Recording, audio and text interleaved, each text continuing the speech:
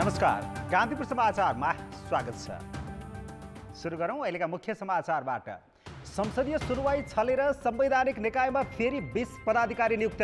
अध्यादेश खारेजीको रिट सर्वोच्च अदालतमा अलपत्र।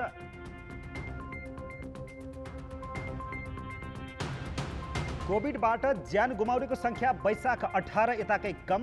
आज 24 जनाको मृत्यु। संक्रमण दर भने अझै 22%। 7 महिनासम्म ऋणात्मक रहेको व्यापार घाटा एकाएक चुलियो। निर्यात भन्दा आयात 12 खर्ब 60 अर्बले बढी।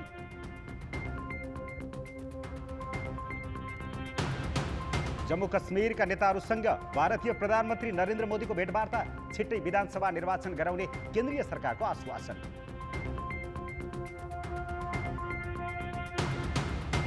र नेपाल स्कटल्यान्ड नामिबिया बीच स्पेनमा हुने त्रिकोणात्मक क्रिकेट सिरिज स्थगित। नामिबियाका खेलाडी कोभिडबाट प्रभावित।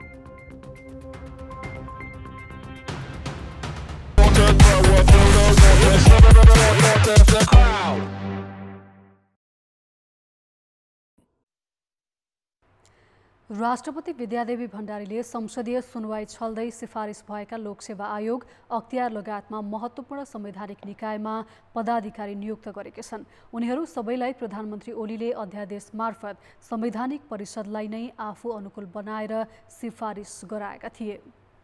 सभामुख तथा विपक्षी दलको नेताको उपस्थिति बिनै संवैधानिक परिषद सम्बन्धी अध्यादेश मार्फत विवादास्पद तरिकाले सिफारिस गरिएका पदाधिकारीलाई राष्ट्रपतिले आज नियुक्त गरेकी हुन्। संसद विघटन अघि सिफारिस भएका उनीहरूलाई 45 दिनभित्र संसदीय सुनवाई गर्नुपर्ने समय कटेपछि नियुक्त गरिएको हो। प्रधानमन्त्रीले संसद विघटन गरेपछि सुनवाई गर्ने निकाय नै नभएको परिस्थिति सृजना भएको हो। यस सम्बन्धी मुद्दा अदालतमा विचाराधीन छ। लोकसेवा आयोगको अध्यक्षमा पूर्व सचिव माधव प्रसाद रेग्मी र 4 जना सदस्य नियुक्त गरिएको छ। अख्तियार दुरुपयोग अनुसन्धान आयोगको आयुक्तमा बागलुङका हरि पौडेल र ललितपुरकी सुमित्रा श्रेष्ठलाई नियुक्त गरिएको छ।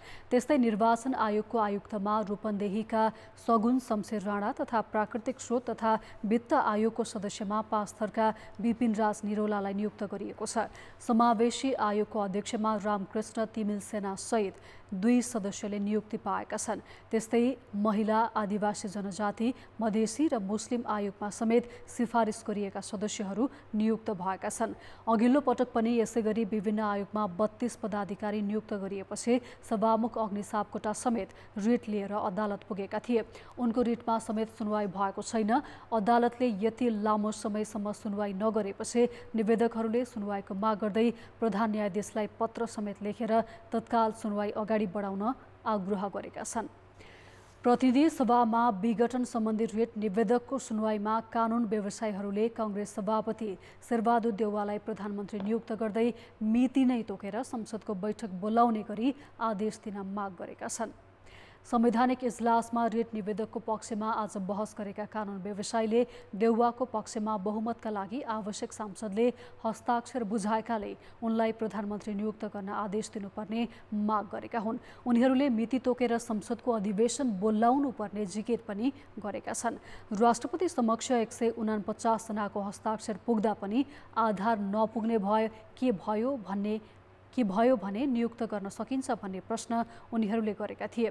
वरिष्ठ अधिवक्ता रमन श्रेष्ठले संविधानको धारा 76 को उपधारा 5 भनेको प्रतिनिधि सभा बचाउने अन्तिम अस्त्र भएको दावी गरेका थिए। उनले राष्ट्रपतिले राजा भन्दा पनि आफूलाई माथि ठान्दा संविधान सम्मत काम नभएको तर्क गरे।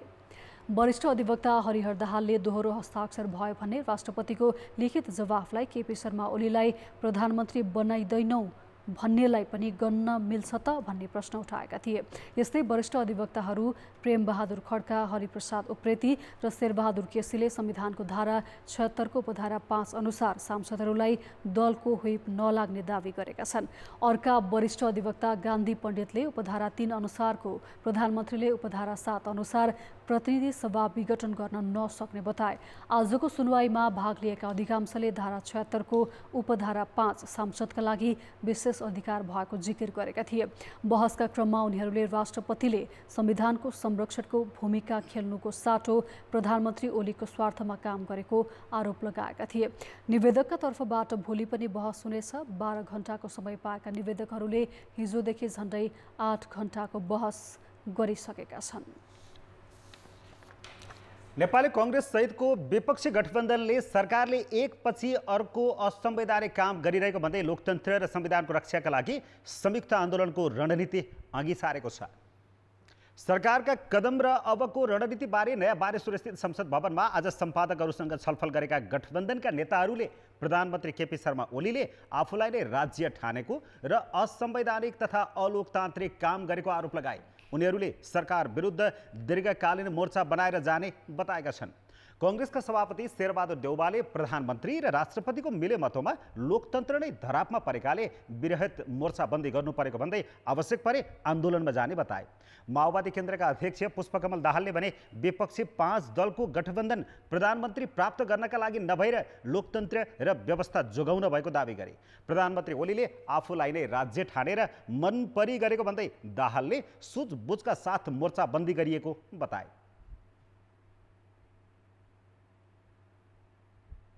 नेपालको संविधान, लोकतन्त्र, संसदको कक्ष तथा जनतालाई महामारी प्राकृतिक विपत्तिबाट जोगाउने उद्देश्यका साथ 5 राजनीतिक दलहरूको संयुक्त मोर्चाका साथ अग्रसर छौँ।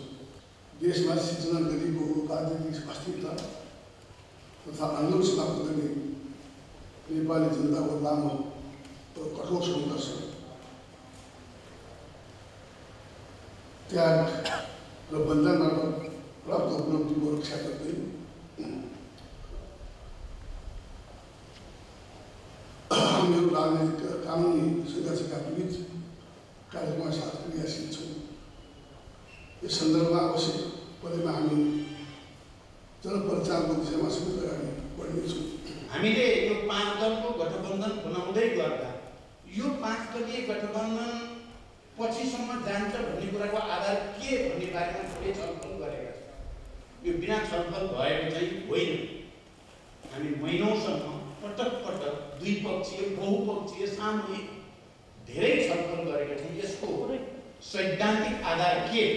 यो 5 दलीय गठबन्धनले देशलाई ठिक ढङ्गले अगाडि लान सक्छ, यो दिगो हुन सक्छ, यो धेरै परसम्म जान सक्छ भन्ने कुराको सैद्धान्तिक आधार के, राजनीतिक आधार के, भावनात्मक र संवेदनाको आधार के भन्ने बारेमा हामीले छलफल गरेका छौँ। एमालेका वरिष्ठ नेता माधव कुमार नेपालले मुलुक सङ्कटमा परेकाले आफूहरू एक ठाउँमा आएको जिकिर गरे। ओली सचिएर आएमा मात्रै उनलाई ठाउँ दिनुपर्ने नेता नेपालको भनाइ थियो।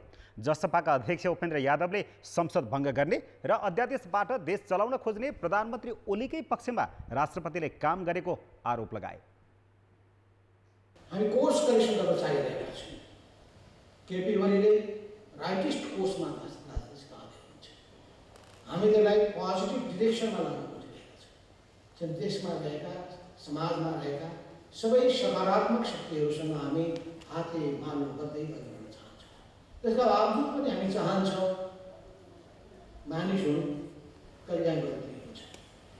मन्त्रीले स्वीकार गरेर फेरि कोर्स करेक्सन गरेर आउनुहुन्छ भने केपी ओलीजीलाई स्वागतै गर्नुपर्छ है। सेवा 149 जना प्रतिनिधि सभाका सदस्यहरूले राष्ट्रपतिका हस्ताक्षर गरेर बुझाएपछि उहाँले प्रधानमन्त्रीको रूपमा माननीय शेरबहादुर देउवाजीलाई नियुक्त गर्नुपर्छ।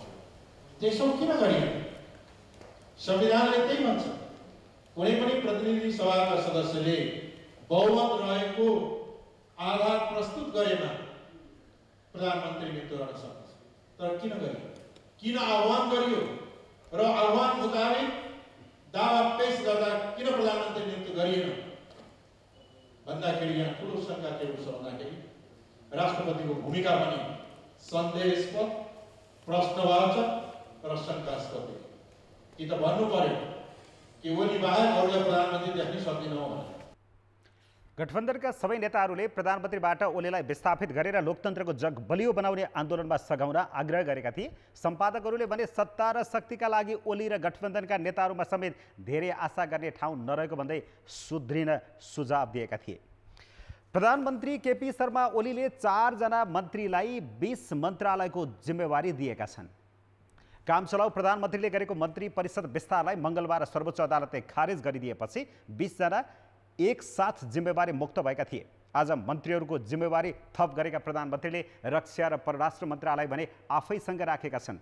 अर्थमन्त्री विष्णु पौडेललाई थप गृह, उद्योग, वाणिज्य तथा आपूर्ति, ऊर्जा, जलस्रोत तथा सिंचाई मन्त्रालयको जिम्मेवारी दिएको छ। त्यसैगरी शिक्षा मन्त्री कृष्णगोपाल श्रेष्ठले वन, युवा तथा खेलकुद, स्वास्थ्य, श्रम, रोजगार तथा सामाजिक सुरक्षा मन्त्रालयको पनि जिम्मा पाएका छन्। भौतिक पूर्वाधार मन्त्री बसन्त नेम्बाङलाई थप कृषि, सहकारी विकास, सञ्चार तथा सूचना प्रविधि र खानेपानी मन्त्रालयको जिम्मा दिएको छ।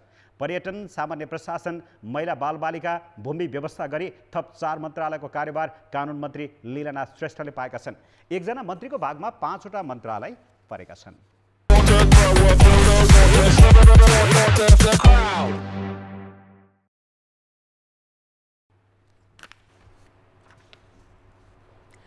नेपाली कांग्रेसको महाधिवेशनको सरगर्मी बढ्दै जाँदा नेताहरूले नेतृत्व हात पार्न दौडधुप बढाएका छन्। यतिखेर सबैभन्दा चर्चाको विषय भने सभापति शेरबहादुर देउवालाई चुनौती दिने गरी उनकै खेमाका अर्का नेता विमलेन्द्र निधिको उम्मेदवारी घोषणा बनेको छ। हुन त उपसभापति निधिले करिब 11 महिना अघि नै सभापति देउवालाई भेटेर 14औं महाधिवेशनमा आफूलाई सघाउन आग्रह गरेका थिए। मेरो शेरबहादुरसँग लामो राजनीतिक यात्रा तोडेको छैन र यो जारी रहन्छ। नम्बर 1, सबैलाई मैले भनिराखेको छु, केन्द्रीय सभाको सबैलाई भनेको छु, म सभापतिमा म यसपालि उठ्न चाहन्छु भने तयारी गर्दछु भने मैले भनेको छु। तर अहिले जब देउवाले आफै दोहोरिने तयारी थाले, निधिले फेरि मुख खोलेरै सभापतिमा आफूलाई सघाउन र देउवालाई प्रधानमन्त्री हुन सुझाव दिएका छन्। देउवा क्याम्पकै निधिले सभापतिमा उठ्ने तयारी गरेपछि काङ्ग्रेसभित्र जोड घटाउको रणनीति एकाएक तातेको छ। किनभने काङ्ग्रेसमा देउवा र निधिको राजनीतिक मित्रता 50 वर्षभन्दा पुरानो हो। तिनै दुई नेता आसन्न महाधिवेशनमा सभापतिकै प्रत्याशी देखिएपछि संस्थापन पक्ष विभाजित हुन थालेकोदेखि देउवाको दोहोरिने चाहनामा धक्का लाग्ने अनुमान गरिँदैछ। विमलेन्द्र निधि सभापतिको प्रत्याशी हुने भन्ने जुन खबर आइरहेको छ त्यो काङ्ग्रेसको लागि सकारात्मक हो। त्यो शेरबहादुर देउवाको लागि त स्वाभाविक रूपमा नराम्रो खबर हुने भयो, तर मलाई लाग्छ त्यो काङ्ग्रेसको लागि सकारात्मक हो। विमलेन्द्र निधि र शेरबहादुर देउवाको मित्रता समीकरणको इतिहास लामो छ र त्यो अति मजबुत छ, आत्मीय छ र व्यावहारिक रूपमा पनि दुईटैलाई फाइदा पुर्याएको छ। महाधिवेशन आउन 2 महिना भन्दा बढी समय भएकाले पनि समीकरण उथलपुथल बाँकी नै छ। अन्तिम अवस्थामा दुई नेताबीच सहमति हुने आकलनबाजी पनि काङ्ग्रेस वृत्तमा छ। तर सहमति भएन र निधि मैदानमा उत्रिए भने देउवालाई धक्का लाग्ने निश्चित छ। खास गरी संस्थापन पक्षको भोट बैंकको रूपमा हेरिने प्रदेश 2, कर्णाली र लुम्बिनी प्रदेशमा देउवा र निधिका भोट बाँडिनेछन्। सभापति देउवाको गृह क्षेत्र सुदूरपश्चिममा पनि निधिले भोट तान्न सक्छन्। यद्यपि अहिलेसम्म संस्थापन पक्षले भने देउवा र निधिबीच सभापतिमा प्रतिस्पर्धा नहुने दावी गरिरहेको छ। फुट आएको होइन, महाधिवेशन भनेको नीति कार्यक्रमको पारित गर्ने र नेतृत्व चयन गर्ने हो। शेरबहादुर देउवाले म एकपटक दोहोऱ्याउँछु भन्दै गर्दा सँगसँगै उपसभापति विमलेन्द्र निधिले पनि मलाई पनि सभापति उठ्ने इच्छा छ, म उठ्छु भन्नुलाई अन्यथा वा फुट आएको मान्नु हुँदैन। रहर गर्नुभयो, इच्छा व्यक्त गर्नुभयो, दुईजना उम्मेदवार बन्न चाहनुभयो भनेर सामान्य रूपमा बुझ्नु उपयुक्त हुन्छ जस्तो लाग्छ। निधिको तयारी हेर्दा उनी पछि हट्ने मनस्थितिमा देखिँदैनन्। त्यसो त महाधिवेशनमा संस्थापन इतर पक्षबाट पनि थुप्रै नेताले आकांक्षा देखाएकाले स्वाभाविक रूपमा सभापतिका उम्मेद्वार धेरै हुने देखिएको छ। त्यो अवस्थामा सभापति जित्न चाहिने कम्तीमा 50% मत कसैले नल्याउने अड्कलबाजी पनि हुन थालेको छ। निर्वाचन दोस्रो चरणमा गए त्यसमा एक अर्कालाई सहयोग गर्ने देउवा र निधिबीच भद्र सहमति गराउने प्रयास हुन सक्नेछ। देउवाका विश्वासपात्र निधि नै उम्मेद्वार बन्न खोजेपछि पार्टीभित्रको विपक्षी खेमा भने उत्साहित देखिन्छ। तर निधिले आफै उम्मेदवारी दिए वा नयाँ समूह बनाएमा देउवा नयाँ समीकरण बनाउन पनि अग्रसर हुन सक्नेछन्। यद्यपि आफ्नै समूह एकमत नभए घाटा मात्रै हात पर्ने डर समेत दुवै नेतामा देखिन्छ। कान्तिपुर समाचारका लागि डिपी उपाध्याय, काठमाडौँ। अब बाँकी समाचार। कोभिडबाट हुने दैनिक मृत्युदर घटेको छ। पछिल्लो 24 घण्टामा 24 जनाको मृत्यु भएको छ। यो सङ्ख्या वैशाख 18 पछि सबैभन्दा कम हो। त्यसै त मृत्युदर बढेर एकै दिन 246 जनासम्मको ज्यान गएको थियो। स्वास्थ्य मन्त्रालयका अनुसार पछिल्लो 24 घण्टामा 1577 जनामा कोभिड पुष्टि भएको छ। 7235 जनाको PCR परीक्षण गर्दा 22% सङ्क्रमण देखिएको छ। 4997 जनाको एन्टिजेन परीक्षण गर्दा 897 जनामा कोभिड देखिएको छ। आज 65 जिल्लामा सङ्क्रमित थपिएकामा सबैभन्दा धेरै 234 जना काठमाडौँका हुन्। यस्तै कोरोना मुक्त हुने दर 90.7% पुगेकाले सक्रिय सङ्क्रमितको सङ्ख्या 50,000मा झरेको छ। कोभिडबाट अहिलेसम्म मृत्युको सङ्ख्या 8,918 पुगेको मन्त्रालयले जनाएको छ। कोभिड महामारीबाट जोगिन जारी भएको निषेधाज्ञाका नियम छलेर यात्रुहरू उपत्यका बाहिरबाट काठमाडौँ प्रवेश गर्ने क्रम रोकिएको छैन। विभिन्न बहाना बनाएर पूर्वदेखि पश्चिमका सबैजसो जिल्लाबाट यात्रु उपत्यका प्रवेश गरिरहेका छन्। तर यातायात व्यवसायीले महँगो भाडा असुलेर आधा बाटोमै अलपत्र पारेर हिँड्दा यात्रुले थप शास्ति खेप्नु परेको छ। निषेधाज्ञाका कारण सार्वजनिक यातायात सञ्चालनमा सरकारले रोक लगाएको छ। तर विभिन्न नाकाबाट काठमाडौँ उपत्यकामा दैनिक भित्रिने यात्रुको सङ्ख्या पनि ठुलो छ। यसरी यात्रु ओसार्दा कतिपय यातायात व्यवसायीले महँगो भाडा असुल्छन् भने कसैले काठमाडौँ पुर्याइदिने भन्दै बीच बाटोमै ओह्रालेर अलपत्र पार्छन्। सुरक्षा कर्मीले अत्यावश्यक कामको प्रवेश पास खोज्ने भएपछि बिना अनुमति चलेका सवारीले नाकामा नपुग्दै ओह्राल्दा महँगो भाडा तिरेर आएका यात्रुले झन् समस्या भोग्नु परेको छ। हजुर, ठुलो बसले ल्यायो, उताबाट ट्याक्सीले त ल्याउने भने ट्याक्सी ल्याइसक्यो यिनीहरूलाई होइन, अनि ल्याएर यहाँ छोडिदियो। अनि मलाई फोन गरेर उताबाट म यता आएँ, अनि उसलाई पैसा दिएर पठाएँ। अहिले हामी जानु गाह्रो भयो यताबाट। मेरो नाम मोहन विश्वकर्मा। गाडीमा भाडा महँगो लगेर लिएर आएको, 3000 तिरेर आएको बसमा होइन। काम गर्ने भनेर आएको ऊ हाम्रो ठेकदार हो होइन, गाडी उसले लिएर आएको छ। 4 जना सानो भाइ पनि छ यता। त्यहाँदेखि खाना पनि खान पाएको छैन हिजोदेखि। अनि उहाँ धादिङ र चितवनको त्यहाँ सिमानामा लिएर छोडिदियो बसले। त्यहाँदेखि फेरि यो सानो गाडीमा यता छोडिदिएको पछि काठमाडौँ पुऱ्याउँछ भने लाग्यो, तर उसको पास थिएन, त्यो पास बनाएको थिएन। पास नबनाउँदा छोडिदियो हामीलाई। फेरि ड्राइभरले फेरि हामीलाई यहाँसम्म छोडिदिएपछि सानो गाडीमा। अनि यहाँ छोड्दाखेरि यहाँ अब 4-5 घन्टा भयो यहाँनिर। अब हामीले के गर्ने, कहाँ जाने अब। हुन त नाकाबाट हुने आवत जावत नियन्त्रणका लागि हरेक जिल्लामा स्थानीय प्रशासनको अनुमति अनिवार्य गरिएको छ भने जाँचका लागि प्रहरी परिचालन गरिएको छ। तर प्रशासन बीच समन्वय र नियमनमा कडाई नहुँदा यातायात व्यवसायीले मनपरी तवरले यात्रु ओसारिरहेका छन्। हाम्रो माग चाहिँ के भने गाडी सम्बन्धित ठाउँबाट नछोडिदियोस्। हामीलाई पनि गाह्रो भएन, हामी घर बस्छौँ। पेसेन्जर त हामीले गाडी चलाए आउने त हो, नत्र आउँदैन नि त। उहीँबाट छोडिदिन्छन्, अनि बाटोमा सेटिङ गरेर पैसा खुवाउँदै खुवाउँदै यहाँ आयो। अब यहाँ रोकिदिएको छ गाडी। उपत्यकामा उद्योग व्यवसाय र कार्यालय खोल्न थालेपछि बाहिर गएका धेरैजसो निजी सवारी रिजर्भ गरेर काठमाडौँ आइरहेका छन्। प्रवेश पास नभएका सवारीलाई प्रहरीले जताबाट आएको हो उतै फर्काइदिने गरेको छ। तर महँगो भाडा असुलेर गन्तव्यसम्म नपुर्याउनेलाई कुनै कारबाही नहुँदा यात्रुले शास्ति पाउने क्रम रोकिएको छैन। कान्तिपुर समाचारका लागि क्यामेरामा मुरारी घिमिरे र श्याम श्रेष्ठका साथ सिर्जना बास्तोला र पर्वतराज घिमिरे, काठमाडौँ।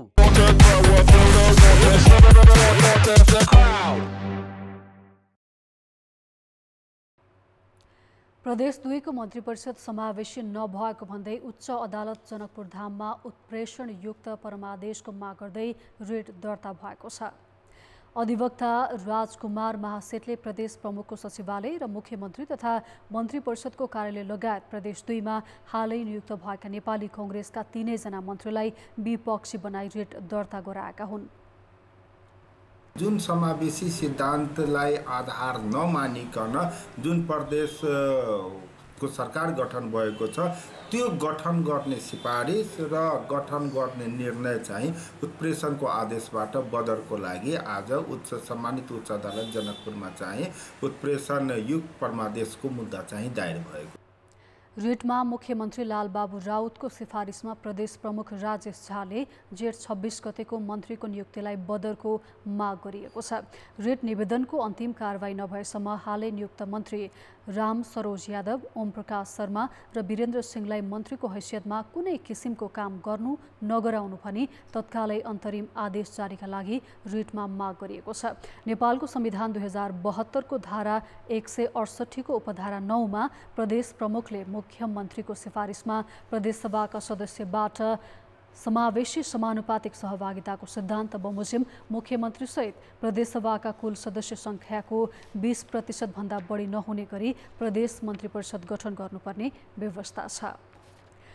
खैरो हिरोइन कारोबारको अन्तर्राष्ट्रिय गिरोहको नाइके मानिएकी काइली अर्थात् गोपीमाया तामाङलाई प्रहरीले 13 वर्षपछि पक्राउ गरेको छ, त्यो पनि झुकिएर। नाम मात्रै सुनेको र एउटा गतिलो फोटो समेत नभएको अवस्थामा तामाङलाई प्रहरीले कसरी पक्रियो त? 1 दर्जनभन्दा बढी व्यक्तिलाई लागु औषध बोकाएर जेल पुर्याउने धादिङकी काइली तामाङलाई प्रहरीले 13 वर्षदेखि खोजिरहेको थियो। तर 2065 सालतिर तामाङको नागरिकतामा प्रयोग भएको मधुरो फोटो बाहेक उनलाई चिन्ने आधार प्रहरीसँग केही थिएन। त्यसैले फोटो बिनै उनलाई मोस्ट वान्टेडको सूचीमा राखिएको थियो। लागु औषध नियन्त्रण ब्युरोको रेकर्डमा रहेको त्यो फोटो पनि बानेश्वरबाट कार्यालय कोटेश्वर सर्ने क्रममा हरायो। तर समय यस्तो आयो कि काइली अर्थात् गोपीमाया तामाङ 13 वर्षपछि हालै ब्युरोको पन्जामा परिन्, त्यो पनि झुक्किएर। चैत 26 गते क्याप्सुल बनाएर पेटमा पाकिस्तानदेखि खैरो हिरोइन बोकेर आएका दावा लामाको अनुसन्धान खोतल्दै जाँदा प्रहरी होनीमाया तामाङसँग पुगेको थियो। उनको मोबाइलमा भएको मोटी दिदी नामको नम्बरका आधारमा काइली तामाङ पक्राउ परेकी हुन्। थप अनुसन्धानका क्रममा बल्ल थाहा भयो पाकिस्तानमा बसेर 13 वर्षदेखि नेपालका लागि खैरो हेरोइनको कारोबार गर्ने काइली तामाङ नै तिनै मोटी दिदी रहेछन्। यसरी पक्राउ परेकी उनै काइली अर्थात् गोपीमाया 5 वटा मुद्दामा पूर्वपक्षका लागि थुनामा पुगेकी छिन्। त्यतिखेर एउटा पासपोर्ट साइज उसको नागरिकतामा भएको त्यही पनि ब्लर फोटो, त्यति क्लियर नदेखिने फोटो मात्रै नेपाल प्रहरीसँग उसको प्रमाणको रूपमा रहेको थियो। र हामीले चाहिँ 2065-66 सालमा जुन मुद्दामा उसका छोराछोरीहरू पक्राउ परे त्यो मुद्दामा ती छोराछोरीको बाउको नाम पनि त्यही नरे तामाङ भएको कारणले गर्दाखेरि उसले चाहिँ नागरिकता लिने प्रयोजनको लागि मात्रै नुवाकोटबाट दोस्रो बिहे गरेको देखिन्छ। यसरी चाहिँ अलिकति चलाखीपूर्ण हिसाबले नै उसले आफ्नो यो कारोबार चाहिँ अगाडि बढाएको देखिन्छ। काइलीको लागु औषध धन्दामा संलग्नता पनि अनौठो छ। सुरुमा ठमेलको सडकमा हाते सामान बेच्थिन्। त्यही क्रममा भेटिएका एक विदेशीसँग बिहे गरेर 64 सालतिर अफगानिस्तान पुगेपछि उनी नेपाल खैरो हिरोइन पठाउने मुख्य एजेन्टको रूपमा स्थापित भएको प्रहरीको भनाइ छ। उनका छोरा र छोरी समेत कारोबारमा जोडिए। त्यति मात्रै होइन, गोपीमायाको र्याकेटमा जोडिएर 13 जना नेपाली जेल पुगेका छन्। अहिले पनि एकजना श्रीलङ्काको जेलमा रहेको प्रहरीले पत्ता लगाएको छ। नेपाल, भारत र पाकिस्तानदेखि थाइल्यान्डसम्म अरू थुप्रै व्यक्ति काइलीकै गिरोहबाट जेल परेको हुन सक्ने प्रहरीको आशंका छ। सुखबहादुर तामाङ भन्ने व्यक्ति, उसैको र्याकेटको व्यक्ति चाहिँ श्रीलङ्कामा पक्राउ गरेको चाहिँ यो आधिकारिक जानकारी छ हामीसँग। अब र अनौपचारिक जानकारीमा आएसम्म यसको कारणले अन्य देशहरूमा जस्तै थाइल्यान्डहरूमा पनि थाइल्यान्ड लगायतका जेलहरूमा पनि यसको कारणले यो लागु औषध कारोबारमा चाहिँ जेलमा परेका व्यक्तिहरू छन् भन्ने कुरा अनौपचारिक जानकारी चाहिँ आएको छ। धादिङ र नुवाकोटबाट अलग अलग नागरिकता बनाएकी काइली अर्थात् गोपीमाया समातिएपछि अब नेपालबाट डलर लिएर पठाउने र विदेशबाट खैरो हेरोइन बोकाएर ल्याउने समूह कमजोर हुने प्रहरीको अपेक्षा छ। कान्तिपुर समाचारका लागि क्यामेरामा पशुपति बुढाथोकीका साथमा रमेश धमला, काठमाडौँ।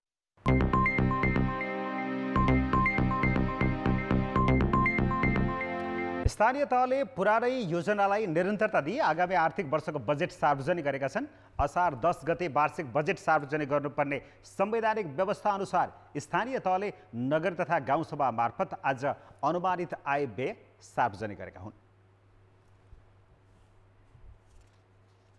काठमाडौँ महानगरपालिकाले 18 अर्ब 95 करोड 77 लाख रुपियाँको बजेट ल्याएको छ। पूर्वाधार विकासतर्फ 10 अर्ब 80 करोड र सामाजिक विकासतर्फ 2 अर्ब 17 करोड रुपियाँ छुट्याएको महानगरले 2076-77 देखिका कर बक्यौतामा लाग्ने जरिवाना छुट गरेको छ। यसैगरी सम्पत्ति करमा 90% र वार्षिक घर बहाल करमा 10% छुट दिने घोषणा गरिएको छ। ललितपुर महानगरले 5 अर्ब 55 करोडको बजेट प्रस्ताव गरेकामा एमाले र माओवादी केन्द्रका जनप्रतिनिधिले आफूहरूसँग सल्लाह नै नगरिएको भनी नगरसभा बहिष्कार गरेका छन्। पोखरा महानगरले 6 अर्ब 27 करोड 75 लाख रुपियाँको बजेट ल्याएको छ। पुँजीगततर्फ 53% बजेट छुट्याइएको छ। बजेटमा चालु वर्षकै योजनालाई निरन्तरता दिएको छ। विराटनगर महानगरले 4 अर्ब 10 करोड 3 लाखको बजेटमा पुँजीगततर्फ 3 अर्ब 58 करोड छुट्याएको छ। उसले चालु तथा क्रमागत योजनालाई प्राथमिकतामा राखेको छ। भरतपुर महानगरले चालु आर्थिक वर्षको भन्दा 3 करोड घटाएर 4 अर्ब 81 करोडको बजेट ल्याएको छ। पुराना योजनामा 98 करोड बजेट छुट्याएको भरतपुरले 1 करोड 90 लाख रुपियाँको कोभिड रोकथाम कोष खडा गरेको छ।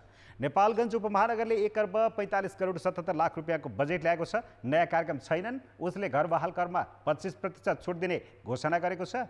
धनगढी उपमहानगरले 1 अर्ब 81 करोडको बजेटमा करिब 33% स्वास्थ्य क्षेत्रका लागि छुट्याएको छ। कोभिड रोकथामलाई प्राथमिकता दिएको उसले 15 शैय्याको अस्पताल बनाउने बताएको छ। जनकपुर उपमहानगरले 1 अर्ब 93 करोडको बजेटमा पोखरी सौन्दर्यकरण लगायत पुरानै योजनालाई निरन्तरता दिएको छ। बुटवल उपमहानगरले पुँजीगततर्फ 60% रकम छुट्याई 2 अर्ब 53 करोडको बजेट ल्याएको छ। इटहरी उपमहानगरले चालु आर्थिक वर्षको भन्दा 39 करोड बढाएर 2 अर्ब 17 करोडको बजेट सार्वजनिक गरेको छ। कतिपय स्थानीय तहले भने विवादका कारण बजेट ल्याउन सकेनन्। रौतहटको मौलापुर नगरपालिकाको बजेट सार्वजनिक गर्ने क्रममा झडप भएको छ। नेपाली कङ्ग्रेस एमालेको माधव नेपाल र जनता समाजवादी पार्टीको उपेन्द्र यादव समूहले नगर प्रमुख रिना शाहमाथि अनियमितताको आरोप लगाउँदै प्रदर्शन गरेपछि झडप भएको हो। झडप नियन्त्रणमा लिन प्रहरीले 14 राउन्ड हवाई फायर गरेको थियो। आयात प्रभावित हुँदा कम भएको व्यापार घाटा फेरि उकालो लागेको छ। यो आर्थिक वर्ष जेठसम्म व्यापार घाटा 24%ले बढेर 12 खर्ब 62 अर्ब पुगेको छ। निर्यात 37%ले बढ्दा पनि व्यापार घाटा किन एकाएक आकाशियो त? यो आर्थिक वर्ष माघसम्म गत आर्थिक वर्षको सोही अवधिको तुलनामा व्यापार घाटाको वृद्धि दर ऋणात्मक थियो। कोभिडले आयात प्रभावित भएकाले व्यापार घाटा बन्न पाएको थिएन। फागुन लागेपछि भने अवस्था फरक भयो। व्यापार घाटा फागुनमा आइपुग्दा 1.6%ले बढ्यो। चैत मसानसम्म 12.5%ले बढेको व्यापार घाटा वैशाखमा 21 र जेठ मसानसम्म 24%ले बढेको सरकारी तथ्याङ्क छ। आयात अकासिएको असर घाटा बढेको हो। जेठमा मात्र 1 खर्ब 29 अर्ब रुपियाँ बराबरको सामान आयात भयो।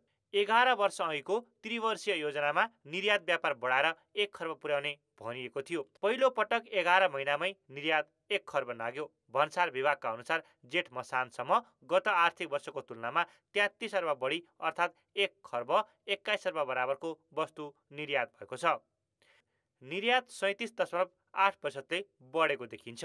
निर्यातमा 35% हिस्सा विदेशबाट कच्चा तेल आयात गरेर भारत निर्यात गरेको भटमासको तेलले ओगटेको छ। जेठ मसानसम्म 45 अर्ब 59 करोडको भटमासको कच्चा तेल आयात गरी 42 अर्ब 34 करोडको निर्यात गरिएको छ। यसले राजस्व सङ्कलन बढे पनि घाटा न्यूनीकरणमा भने सहयोग पुगेको छैन। यो अन्तर्राष्ट्रिय व्यापारमा पनि सुधार भइरहेको छ। जब हाम्रो इन्टरनल यो आन्तरिक अर्थतन्त्र चलायमान हुन्छ, यहाँ चाहिँ आर्थिक गतिविधिहरू बढ्दै जान्छन्, त्यसले चाहिँ आयात निर्यातका कुराहरू पनि थप व्यवस्थित हुँदै जान्छन् र त्यसले हाम्रो राजस्व पनि बढ्दै जान्छ। त्यसैले अहिले हाम्रो अवस्था कस्तो छ भन्दाखेरि अब असार मसान्तसम्म यो आर्थिक वर्षको अन्तिमसम्म राजस्वका लक्ष्यहरूलाई कुनै पनि हालतमा मेट गर्ने हिसाबले हामीले सबै तयारीहरू गरिरहेका छौँ। यो वर्ष भटमासको तेलसँगै डिजेल, मोबाइल फोन, चामल लगायत वस्तुको आयात अकासिएको छ। डिजेलको 157, मोबाइल फोनको 116 र एमएस ब्लेडको 70%ले आयात बढेको छ। भटमासको तेल, अलैँची, गलैँचा, तयारी पोसाक र चिया बाहेक वस्तुको निर्यात भने खासै बढेको छैन। स्वदेशी कच्चा पदार्थ प्रयोग गरी उत्पादन हुने वस्तुको निर्यात नबढेकाले त्यसको असर व्यापार घाटामा परेको हो। त्यो निकासी पनि खास गरिकन अहिले किन त्यो अलिक भोलाटाइल वस्तु छ भनेदेखि भारतमा सिधै त्यो वस्तु आयात गर्दा त्यसको भन्सार दर बढी छ। बेसिक कस्टम ड्युटी नै 75% लाग्छ भारतमा बाहिरबाट आयात गर्दाखेरि। त्यसलाई हामी जुन एमएफएन ड्युटी भन्छौँ, सबैलाई लागु हुने ड्युटी। तर नेपालबाट जाने वस्तुहरूमा नेपाल भारत वाणिज्य सन्धि अन्तर्गत नेपालमा बनेका वस्तुहरू, म्यानुफ्याक्चर्ड आर्टिकल्सहरू शून्य भन्सार दरमा जाने भएको कारणले गर्दाखेरिमा त्यो भन्सार दरको फाइदाबाट यो वस्तुको निकासी भइराखेको देखिन्छ। कच्चा पदार्थ आयात गरी उत्पादन गरिएको भटमासको तेलका कारण निर्यात बढेको देखिएकाले निर्यात 1 खर्ब नाग्यो भनेर हर्षित हुनुको अर्थ छैन। जबसम्म आन्तरिक उत्पादन बढाउने योजना कार्यान्वयन हुन सक्दैन तबसम्म घाटा रकम बढ्नेमा दुई मत छैन। कान्तिपुर समाचारका लागि क्यामेरामा पशुपति बुढाथोकीका साथ सुदिल पोखरेल, काठमाडौँ। अब बाँकी समाचार। 1 नम्बर प्रदेश सरकारले प्रदेश सभामा प्रस्तुत 2078-79 को बजेटमा राजनेता पार्क बनाउन 1 करोड रुपियाँ विनियोजन गरेको छ। तर तत्काल गर्नुपर्ने कोभिड-19बाट जोगाउन, जनतालाई भ्याक्सिन लगाउने र कोभिड-19 को मारमा परेको उद्योग, व्यवसाय, कृषि, रोजगारी लगायतका क्षेत्रको पुनरुत्थान गर्ने ठोस योजना तथा कार्यक्रम भने ल्याएकै छैन। प्रदेश 1 सरकारले यही असार 1 गते प्रदेश सभामा प्रस्तुत गरेको आगामी आर्थिक वर्ष 2078-79 को बजेटमा राजनेता पार्कका लागि 1 करोड रुपैयाँ विनियोजन गरेको उल्लेख छ। सरकारले महत्त्वका साथ बनाउने भनेको राजनेता पार्कका लागि विस्तृत योजना प्रतिवेदन त बनाएको छैन नै, कहाँ बनाउने भन्ने निर्क्युल समेत गरेको छैन। जग्गा चाहिँ प्राप्ति भएको भएदेखि अब यही ठाउँमा, यही नगरपालिका, यही जिल्लामा हामी गर्थ्यौँ भनेर किटेरै आउँथ्यो। तर त्यो प्राप्ति भइ नसकेको र त्यो अलिकति प्रक्रियामै भएको हुनाले अब एउटा बनाउने कन्सेप्टको साथ हामीले ल्याएका छौँ। ठाउँ नतोकी बजेट विनियोजन गर्दा आफ्नो ठाउँमा पार्क बनाउन चाहनेबाट दृश्य र अदृश्य लाभ लिन सक्ने अवस्था रहने विश्लेषकको तर्क छ। सङ्घीय सरकारले निर्वाचन घोषणा गरेको र स्थानीय तह तथा प्रदेशको निर्वाचन पनि 1.5 वर्षभित्र भइसक्ने भएकाले निर्वाचनलाई प्रभावित पार्ने उद्देश्यले स्थान नतोकी राजनेता पार्क बनाउन बजेट विनियोजन गरेको राजनीति शास्त्रीको भनाइ छ। केन्द्रको पनि चुनाव तोकिसकेको छ र यसलाई पनि असर पर्ने गरी यो भोलि युज हुन सक्छ भने अब प्रदेशको चुनाव आउन पनि धेरै छैन र भोलि चुनावमा चाहिँ आफ्ना कार्यकर्तालाई हुने गरी र आफ्नो पार्टीलाई चाहिँ फाइदा पुग्ने गरी चाहिँ यो राखेको हुन सक्छ। जनतालाई भोगबाट बचाउनु पर्ने, कोभिड-19 को महामारीको नियन्त्रण र रोकथाम गर्नुपर्ने, कोभिड-19बाट थला परेको अर्थतन्त्रलाई पुनरुत्थान गर्नुपर्ने अवस्थामा राजनेता पार्क बनाउने घोषणालाई सरकारले गर्नुपर्ने कामको प्राथमिकीकरण गर्न नसकेको अर्थविदको तर्क छ। अर्थतन्त्र जुन अवस्थामा, त्यसमा हेर्दा यो कुरालाई चाहिँ अलिक पछि आउँदा वर्षहरूको लागि राखेदेखि राम्रो हुन्छ। अझै 10 वर्ष चाहिँ हामी यसो भन्दा केही न केही चाहिँ एउटा आर्थिक सम्पन्नता अलिकति मात्रा आउँछ अनि त्यस पछाडि क्रमशिक्षा राम्रो हुन्छ। होइन भने अहिले चाहिँ वास्तव मलाई के लाग्छ भने जनताले पनि यसलाई भित्री एप्रिसिएट गर्दैन। स्वास्थ्य मन्त्रालय र स्वास्थ्यविदले कोभिड-19 को तेस्रो लहर आउने प्रक्षेपण गरेको अवस्थामा प्रदेशवासीलाई खोप लगाएर महामारीबाट बचाउने प्रदेश सरकारले कुनै योजना ल्याएको छैन। प्रदेश सरकार सङ्घीय सरकारले दिने खोपमा भर परेको छ। राजनेता पार्क भन्दा पहिले कोभिड-19 ले थला परेको अर्थतन्त्रलाई चलायमान बनाउन र रोजगारी गुमाएकालाई राहत दिनेतर्फ ठोस पहल गर्ने हो कि? कान्तिपुर समाचारका लागि क्यामेरामा सम्मु पोखरेलका साथ महाप्रसाद खतिवडा, विराटनगर, मोरङ। अब जनमतको अन्तिम परिणाम। जनमतमा जो हाम्रो प्रश्न थियो, स्वदेशका युवाले काम नपाउने, भारतीय कामदार नभए उद्योग नचल्ने अवस्था किन आएको होला? ए, दक्ष जनशक्तिको अभाव, बी, श्रम संस्कृतिमै समस्या, र सी, उत्पादन र मागको असन्तुलन। जनमतको अन्तिम परिणाम यस्तो छ। ए, दक्ष जनशक्तिको अभावमा 41%, बी, श्रम संस्कृतिमै समस्यामा 46% र सी, उत्पादन र मागको असन्तुलनमा 13%। अब जनमतमा आजको प्रश्न। जनमत आजको प्रश्न छ, संसदीय सुनवाई छलेर संवैधानिक पदाधिकारी नियुक्त गर्नुलाई के भन्नुहुन्छ? ए, संविधानको उल्लङ्घन, बी, राजनीतिक भर्तीको हतारो र सी, बाध्यताको उपज। जनमतको अन्तिम परिणाम भोलि बेलुकी 8 बजेको कान्तिपुर समाचारमा प्रसारण गर्नेछौँ। कृपया न्युज स्पेस A, B वा C टाइप गरी 34001मा SMS गरी आफ्नो मत व्यक्त गर्नुहोला। व्यावसायिक तथा सिप विकास तालिमको नाममा झन्डै 1.5 करोड रुपैयाँ कुम्ल्याउन अहिले जितपुर सिमरा उपमहानगरपालिकाका पदाधिकारीहरू लागि परेका छन्। प्रदेश र स्थानीय सरकारको लागत सहभागितामा कम्तीमा 65 देखि 90 दिनसम्म दिइने तालिममा व्यापक अनियमितता भइरहेको छ। बाराको जितपुर सिमरा उपमहानगरपालिकाको 24वटै वडामा रहेको विद्यालय, गाईगोठ, क्लब भवन जस्ता ठाउँमा महिलाहरू समूहमा बसेर भलाकुसारी गरेको अहिले जताततै देखिन्छन्। महामारीले विद्यालय बन्द भएकै बेला असार 3 गते उपमहानगरको वडा नम्बर 3 स्थित सामुदायिक विद्यालयमा देखा परेका यी महिलाहरूलाई व्यावसायिक तथा सिप विकास तालिम दिन भनेर पर्सा स्थित action for skill development consultancy नामक संस्थाले यसरी जम्मा गरेको हो। डल कुसन बनाउने अनि त्यसपछि क्रिस्टल अनि कडाई भर्ने त्यति 3वटा तालिम दिने कुरा गर्नुभएको छ। उपमहानगरको वडा नम्बर 4 स्थित व्यक्तिको गाईगोठमा पनि यसरी नै केही महिलाहरू जम्मा भएको देखियो। तालिम दिन भनेर संस्थाले बोलाएपछि जेठको 23 गतेदेखि आफूहरू यहाँ आउने गरेको महिलाहरूले बताए। 23 गतेदेखि तालिम भएको थियो। 4 दिन त त्यत्तिकै लस भइहाल्यो, आउन पाएन, सामानहरू के नभएर। 14-15 दिन भयो तालिम सिक्न लागेको। अब कहिले सियो हुँदैन, कहिले धागो हुँदैन, 3-4 दिन लस भइसक्यो। अचम्मको कुरा त के भने जेठको 23 गतेदेखि दिनको 2 देखि 3 घण्टा महिलाहरूलाई फोहोर गोठमा बसाएर तालिमको नाममा झारा टार्ने गरेको संस्थाले झुन्ड्याएको ब्यानरमा भने तालिमको मिति वैशाख 18 गते राखेको पाइयो। डर र कुसनको हामी तालिम गर्दैछौँ।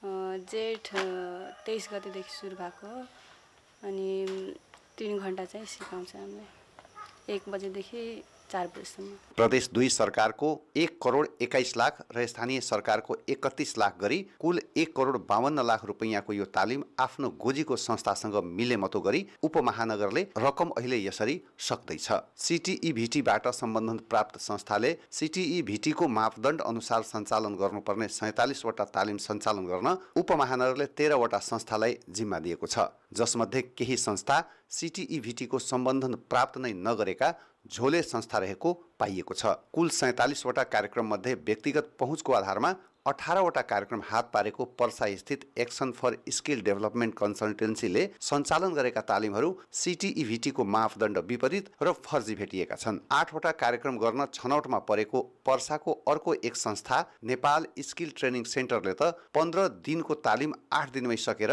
खाजा समेतको पैसा नदिएर भागेपछि सहभागीले प्रहरीमा उजुरी दिने चेतावनी दिए। त्यसपछि संस्थाका प्रतिनिधि सहभागीको घर पुगेर खाली कागजमा सही गराउने क्रममा ठुलै विवाद भयो। अरु संस्थाकोले चाहिँ दिन्छ, तपाईको संस्थाले चाहिँ काहीँ पनि नदिने किन हो? मैले त्यो पनि कुरा राखेको थिइनँ भन्नु त। CTEVT-को मापदण्ड अनुसार सञ्चालन भई CTEVT-ले स्किल टेस्ट लिने यी तालिमहरू लेभल 2 सँगै प्रशिक्षक तालिम गरेको प्रशिक्षकबाट सञ्चालन गरिनुपर्ने हो। तर संस्थाले योग्यता नै नपुगेको प्रशिक्षकबाट तालिमको नाममा झारा टार्ने काम मात्रै गरेको छ। सधैँदेखि गरिरहेको एक्सपिरियन्स छ, त्यति मेन पावर छ, सबै क्वालिटीवाला छ, त्योको आधारमा हाम्रो राम्रो छ। कोभिड कालमा सिपमूलक तालिम चलाइरहेका यी संस्थाले 390 घण्टा अर्थात् झन्डै 65 देखि 90 दिनसम्म सैद्धान्तिक तथा प्रयोगात्मक अभ्यास गराउनुपर्छ। तर यस्ता तालिम 2 देखि 3 सातामै सकाएर तालिम प्रदायक संस्था र संस्था छनौटकर्ता तथा नियमनको समेत जिम्मेवारी पाएको जितपुर सिमरा उपमहानगरपालिका रकम कुम्ल्याउने दाउमा छन्। कान्तिपुर समाचारका लागि बारा सहकर्मी रमेश ठाकुरका साथ उपेन्द्र ठाकुर, वीरगञ्ज, पर्सा। अब जनताको आवाज हामीले रुकुममा सोधेका छौँ, स्थानीय सरकारको अबको प्राथमिकता के हुनुपर्छ? जनताको आवाज। लामो समय कोरोनाको कारणले गर्दा स्वास्थ्यमा विभिन्न खालका समस्याहरू देखिएका छन्। यो समस्यालाई निवारण गर्नको लागि सरकारले स्वास्थ्यमा विशेष खालको बजेट तर्जुमा गर्नुपर्छ। कोरोनाको कारण धेरै समयसम्म लकडाउन भयो र धेरै मानिसहरू पनि बेरोजगार भए। यो कुरा सरकारको प्राथमिकतामा पर्नुपर्छ। पुल पर्यादाहरू भाँचिएका छन्, टुटेका छन्, जीर्ण अवस्थामा छन्। यिनलाई चाहिँ छिटोभन्दा छिटो गराउनको लागि यस्ता कुराहरूलाई बढी जनप्रतिनिधिहरू र स्थानीय सरकारहरूले बढी ध्यान दिनु पर्यो। हाम्रो पढाइलाई कसरी निरन्तरता दिन सकिन्छ यो विषयमा चाहिँ बजेट प्रमुख गरायता दिनुपर्ने। मल बिउहरू पनि हामीले चाहिँ समयमा पाउनु पर्यो। सबै चाहिँ कृषकहरू चाहिँ अहिले लकडाउनको कुरा पनि छ। एउटा कुरा लकडाउनले गर्दा पनि मान्छेहरू अहिले बर्बाद परिरहेको छ। बाढी पहिरोले चाहिँ देशमै एउटा चाहिँ अर्को एउटा उगरा अवस्था बनाएको छ, गम्भीर अवस्था बनाएको छ। यसको लागि सरकारले यसको रोकथामको लागि के जनताको जीवधनको सुरक्षा गर्नको लागि सरकारले के गर्नुपर्छ योमा फोकस गरेर बजेट ल्याउन जरुरी छ।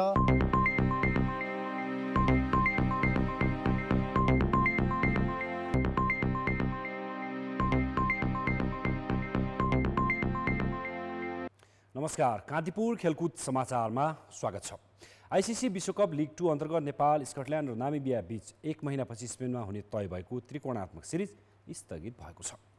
नामिबियाको टोली कोभिडबाट प्रभावित भएपछि सिरिज स्थगित भएको अन्तर्राष्ट्रिय क्रिकेट परिषद आइसिसीले यो सिरिज अब 1 वर्षपछि हुने जनाएको छ।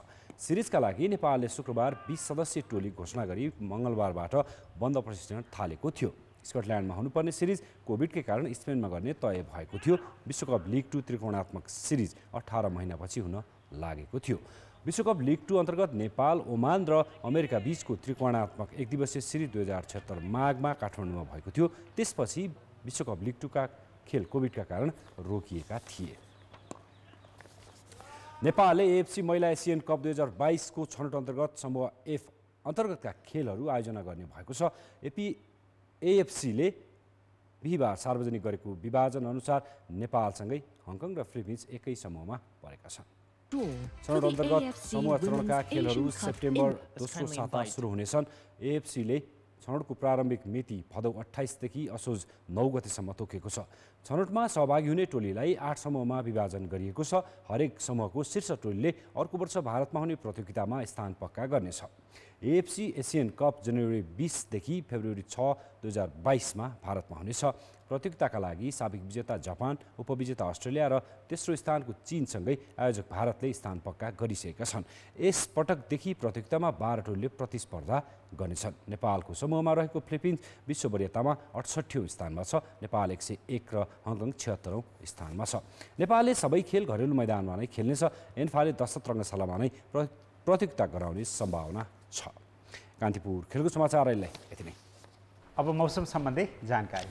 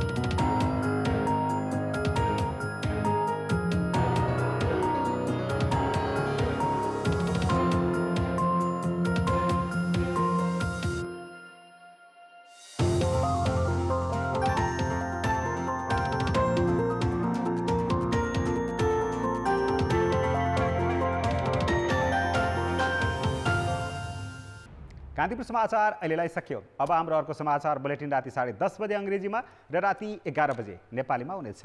कान्तिपुर टेलिभिजन हेर्दै गर्नुहोला। नमस्ते।